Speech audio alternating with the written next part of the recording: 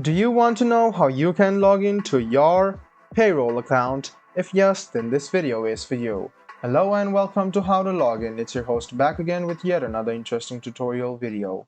In this video, I'm going to teach you how you can log into your payroll account. Go ahead and search for your payroll login and then click on the first link which appears on your screen. You can see your login portal over here. Go ahead and write down your email address in the first box and write down your password in the second box. Make sure to check your password before you hit login.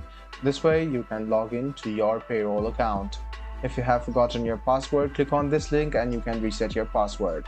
I hope this video about how you can log into your payroll account was helpful for you. If you still have any kind of confusion, please do mention us on the comment section down below. Like the video, subscribe to the channel, and do hit the bell button for more. Hope to see you in the next video as well. Until then, goodbye, take care, and make sure you enjoy.